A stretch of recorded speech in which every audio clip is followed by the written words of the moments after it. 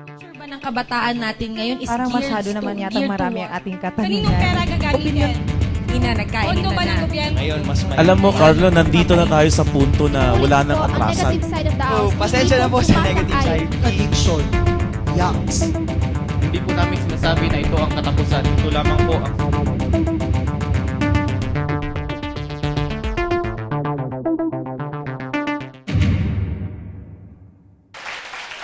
Magandang hapon at welcome po sa pinakaunang episode ng Kuro-Kurong Kabataan. Ako po si Attorney Carlo Nograles. Kasama ko po ang magiting na si Monique Musni. Kami po ay makakasama ninyo sa isang oras ng punong-puno ng pagpapalitan ng opinyon at kuro-kuro tungkol sa napapanahon at makabuluhang mga issue. Tama kuya, nandito tayo ngayon sa UIC. Siyempre, ang ating audience ay mga estudyante ng Liberal Arts Program. Wow!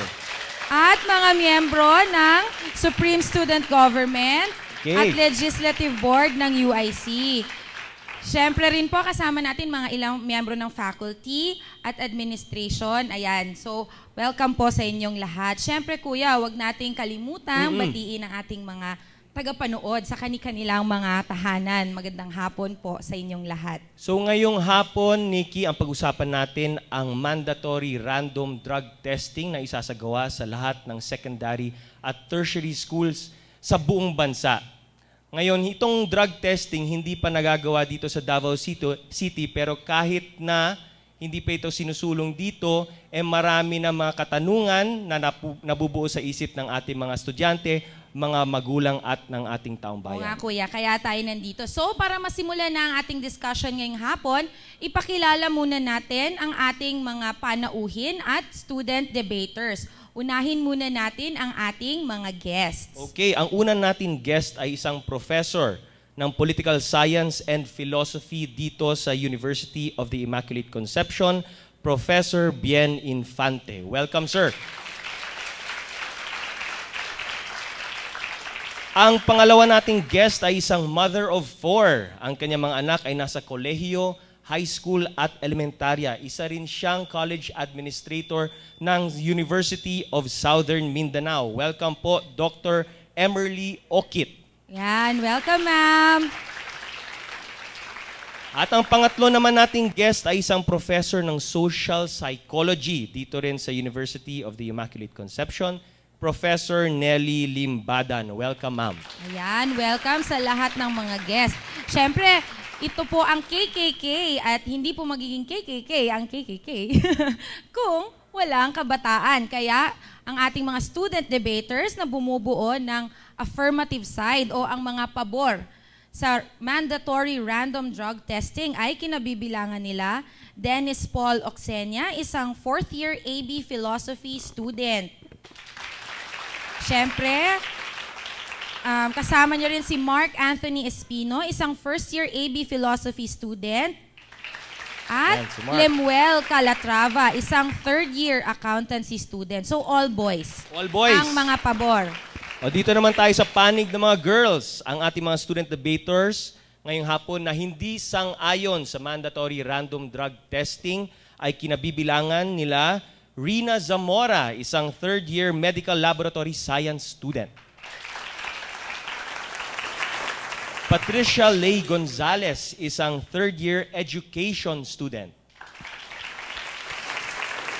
At si Catherine Remolieno, isang 4th year computer science student. Puro babae. Oo, kuya. I think it's a boys versus girls ngayon, ano? Pero bago natin umpisahan ang ating discussion, panuurin muna natin ito. Roll VTR. VTR.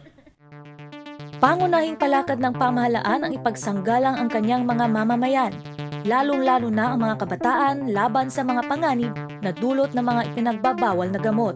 Ito ang pangbungad ng Republic Act 9165 o mas kilala sa tawag na Comprehensive Dangerous Drugs Act. Sa pamamagitan ng pagsasakatuparan ng mga programa, proyekto at mga polisiya, hangarin ng batas ang bumuo ng isang masinsinang kampanya laban sa pagbebenta at paggamit ng bawal na gamot. Napapaloob sa Comprehensive Dangerous Drugs Act ang mga kaukulang parusa kapag mapatunayang nagkasala sa alinmang probisyon ng naturang batas.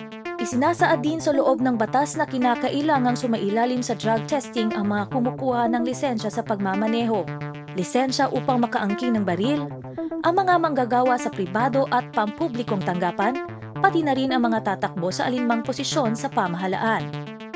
Marahil sa lahat ng mga alituntuning napapaloob sa Republic Act 9165, wala lang mas pinag-uusapan pa kung hindi ang mainit na paksa na mandatory random drug testing sa mga mag-aaral na nasa high school at kolehiyo.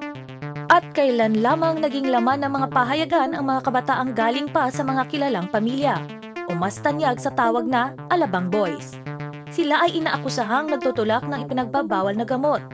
At dahil sa kaganapang ito, naungkat na naman ang isyong mandatory random drug testing. Hati ang paninindigan ng lipunan ukol sa mandatory random drug testing.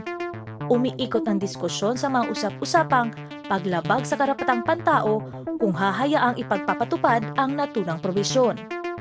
May nagsasabing ito ay salungat sa tinatawag na right against self-incrimination o ang karapatang nagbibigay pananggalang sa isang tao na akusahan ng sarili sa paggawa ng isang krimen. Para sa iba, maging ang ating Korte Suprema ay nagsasabing ang mandatory random drug testing ay hindi lamang naaayon sa ating konstitusyon, ito rin ay angkop, kinakailangan at napapanahon. Kaya nararapat lamang na sumangguni sa mga pananaw at opinyon ng mga higit na nauugnay sa maselang paksang ito ang ating mga kabataan. Ang random drug testing, wala dyan ko'y makita na negative aspect sa yaha. Ano naman magagawa ng school if ever they will know who are those drug users, di ba? So it's useless pa rin kahit may drug testing. As mentioned by CHR, di ba na napaviolate ang rights ng mga students. And not everybody has an equal chance of being selected, di ba? So dapat all jud. So I think ang pinaka-importante na point siguro is kung unsang actions ang pwede matake. Tapos dapat ang information sa, di ba, private man siya. So dapat proteksyonan. Maski pag magpa-drug test ko karon, okay ra sa ko Mga mainit na diskusyon at palitan ng mga opinyon dito lamang sa KKK Kuro-Kurong Kabataan. Mandatory random drug testing. Ano ang pananaw ng mga kabataan dito? Okay, so ayan, napanood natin ang pagkakahuli sa Alabang Boys na nagbunsod ng plano ng ating pamahalaan na ipatupad ang mandatory random drug testing sa secondary and tertiary level. Mga rich kids na napariwara, Yun. kuya.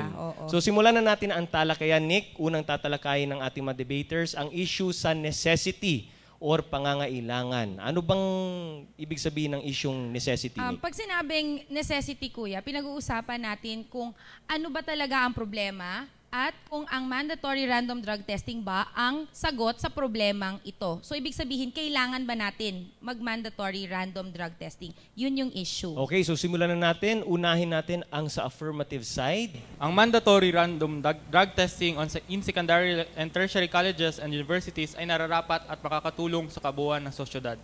Magandang hapon po sa inyong lahat. Bilang pangunahing tagapagsalita ng affirmative side, trabaho ko po na patunayan ang kahalagahan ng pag-iimplementa ng motion. Definition of terms. By mandatory, we mean that it will be imposed in all secondary and tertiary schools. By random drug testing, we mean that the collection of specimen have no specific pattern, that it designates a sample drawn from a population so that each member of the population has an equal chance to be drawn. Tanong, bakit sa mga paaralan o sa mga estudyante ang punteriya ng gobyerno? Ito po ang nakikita naming mga rason. Una, sino po ba ang may kakayanang bumili ng mga prohibited drugs sa mga kabataan? Hindi po ba yaong mga estudyante na tumatanggap ng baon? Ang market ng drugs ay pinupunteriya ang kabataang may kakayanang bumili nito. Pangalawa, malaki ang inaasahan ng mga estudyanteng kabataan kung ikukumpara sa mga out-of-school youth. Hindi po namin sinasabing pabayaan lamang natin ang mga out-of-school youth. Pwede po tayong magkandak ng random drug testing sa mga barangay levels. Pero sa ngayon, hayaan po muna nating umpisahan ang kampanyang ito laban sa droga sa mga institusyong katulad ng paaralan. Pangatlo, ang gobyerno ay sumasagot lamang sa mga issue ng panahon. Ang issue ng prohibited drugs ay matagal na. Pero ang issue ng drugs sa paaralan